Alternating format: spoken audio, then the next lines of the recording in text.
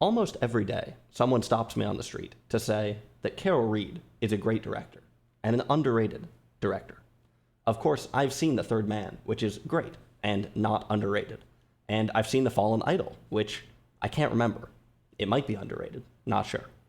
Today, we're going to take a look at The Key, a Carol Reed movie from 1958, starring William Holden, Sophia Loren, and Trevor Howard. That's a pretty cool cast. We're going to figure out if Carol Reed really is as underrated as all these random passersby claim. Brian Forbes, the director of The L-Shaped Room, Seance on a Wet Afternoon, and The Stepford Wives, the original one, all three of which I've reviewed on this very channel. He's in this movie as an actor. That's kind of cool.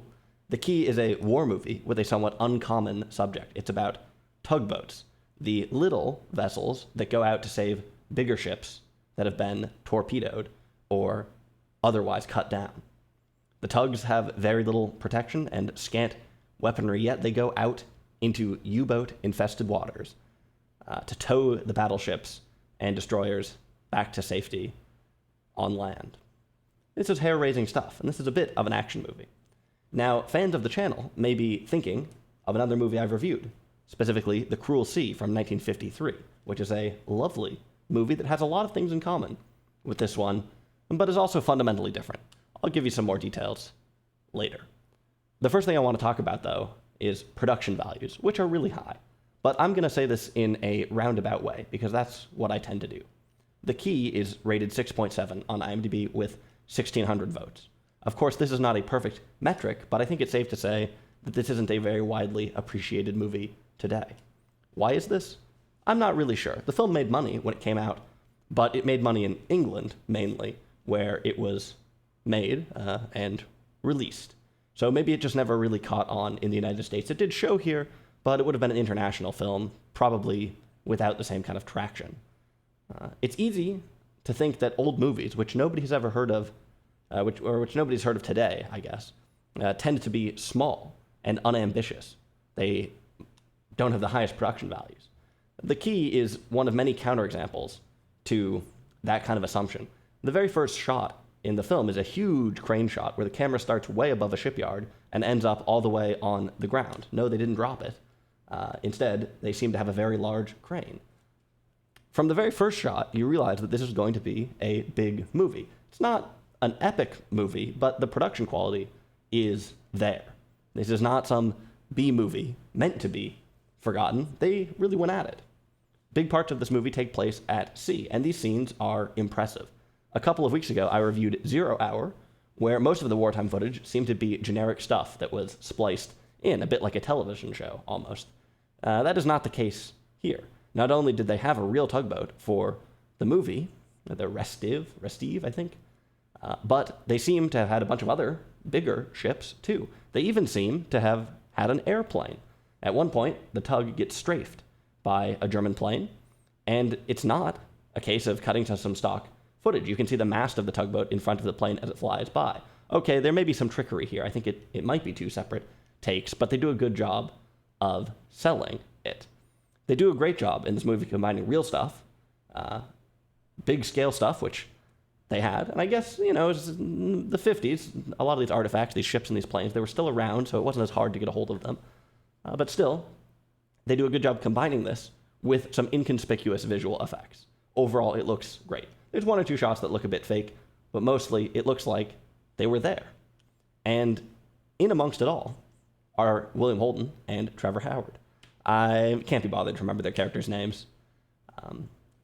Those actors, they definitely got wet while making this movie.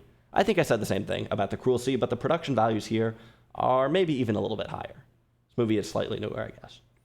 Sophia Loren, I don't think got wet making the movie. We'll talk about her in a second. The tugboat at the center of this movie is pretty small. And I think that this may seem obvious, but it had a profound impact on the production, and I think for the better. Small ship, much smaller crew. They didn't have to try to convince people that we're on a huge battleship. No visual trickery, no sets. Well, I think there are some sets. But they don't have to try and create the illusion of scale. They don't have to deal with a huge cast of characters either. There isn't a big chain of command to remember or a bunch of anonymous crewmen or whatever. The tugboat only has one gun, which rarely works. So there aren't a bunch of complicated military tactics to wrap your head around. The missions are also quite simple. So it's kind of easy to grasp the logic of the tugboat, I guess. And it's a humble logic, too. There are a number of shots where you can see most of the deck, and you can see most of the deck with big waves on either side of it. It's not exactly a rowboat.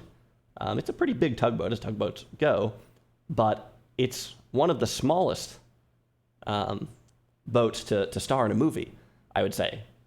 I guess there's a Lifeboat, a Hitchcock film, I think that's what it's called, is a bit smaller. There's definitely smaller ones, but in terms of a big war movie, this is not a destroyer.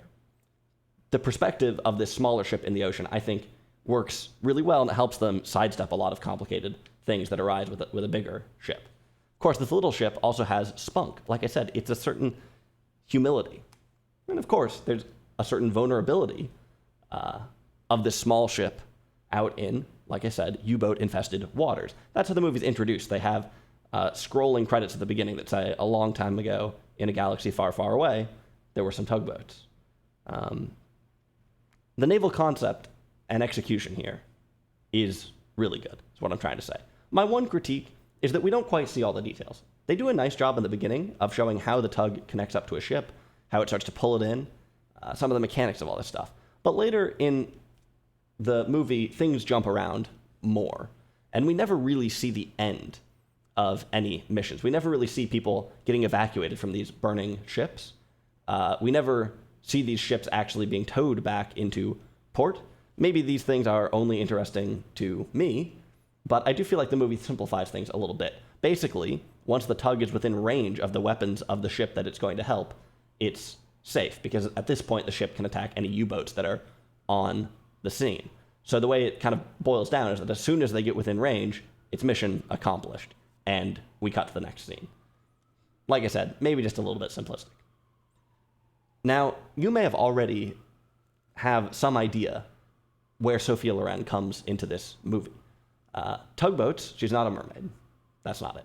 Tugboats, obviously, are not going to be out at sea for a long time. They're going to be based somewhere, and then they're going to go out whenever they receive a special coded SOS.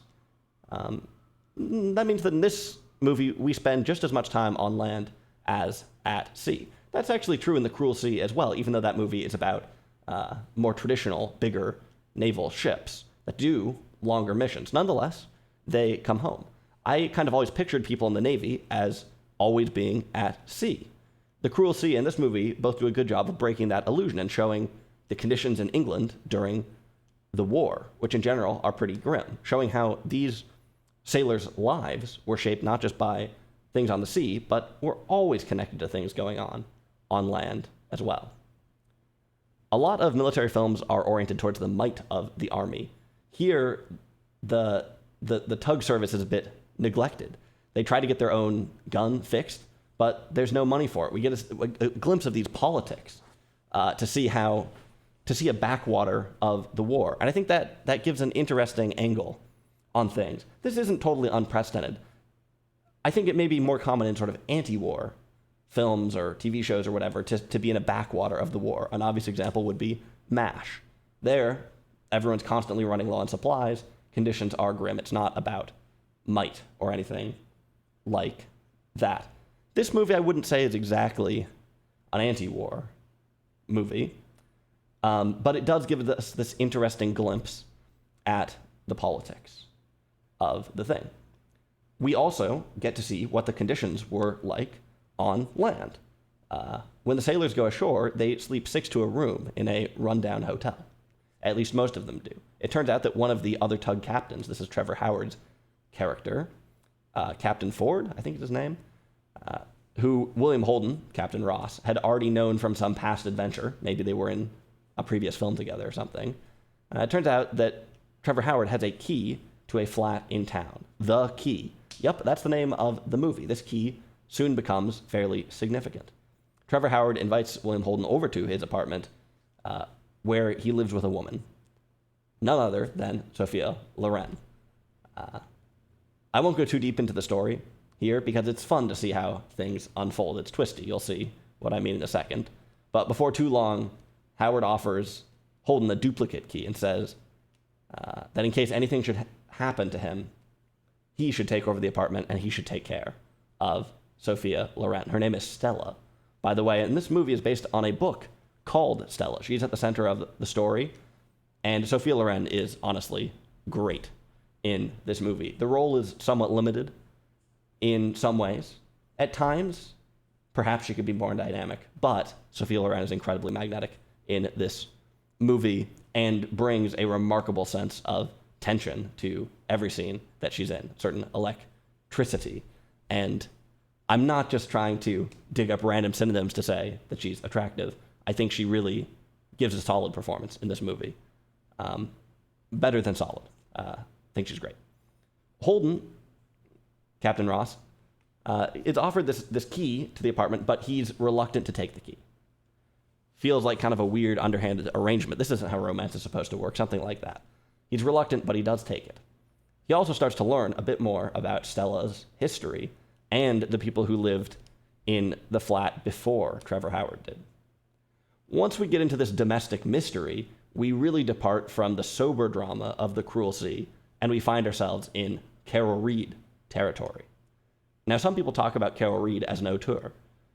I'm about to say something slanderous here. If you're a big Carol Reed fan, look away, or more importantly, cover your ears. I think that Carol Reed's signature is that he made movies that seemed like Alfred Hitchcock movies.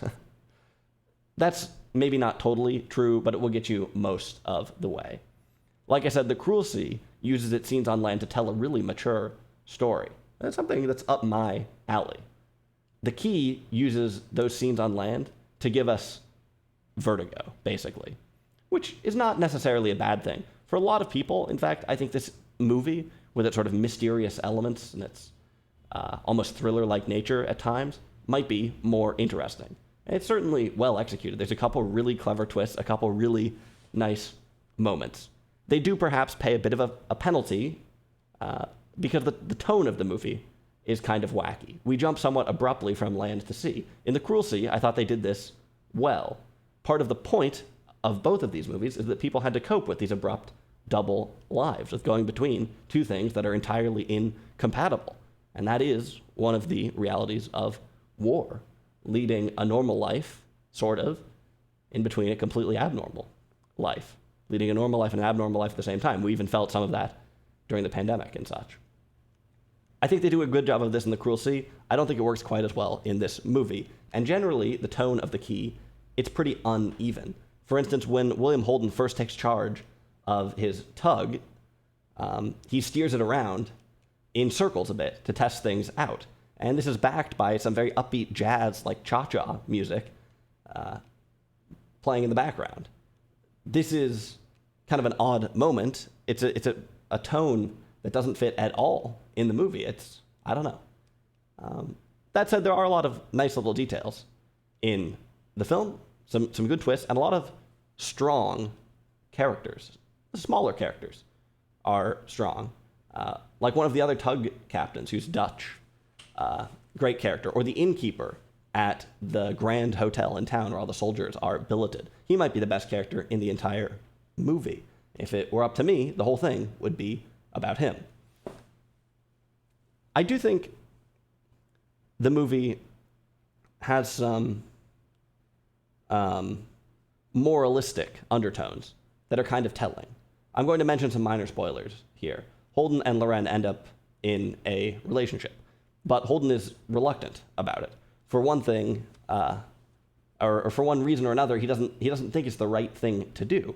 He does have some desire to be with Stella, but for him to do so, he needs to kind of set up the relationship in a particular way. This might sound abstract, but I think you'll know what I mean if you've seen the movie. In a way, he needs to recolonize this apartment, to set up a Hollywood romance in place of some kind of wartime degeneracy, reestablish civilization in this apartment. Yes, this is a British movie, but it stars William Holden bringing in this Hollywood inflection, I guess, although he actually plays a Canadian who is constantly mistaken for an American. One of the early sort of tensions in the movie is whether or not he'll be accepted by the crew. This is a fine thing to get the plot going, but it's not a particularly interesting storyline.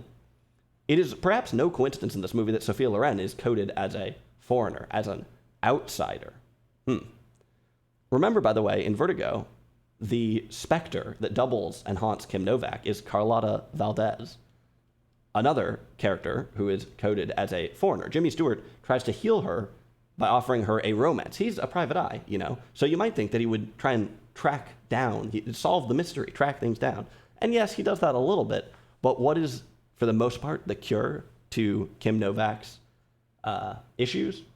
It's them going on dates together. It's him offering her Hollywood companionship.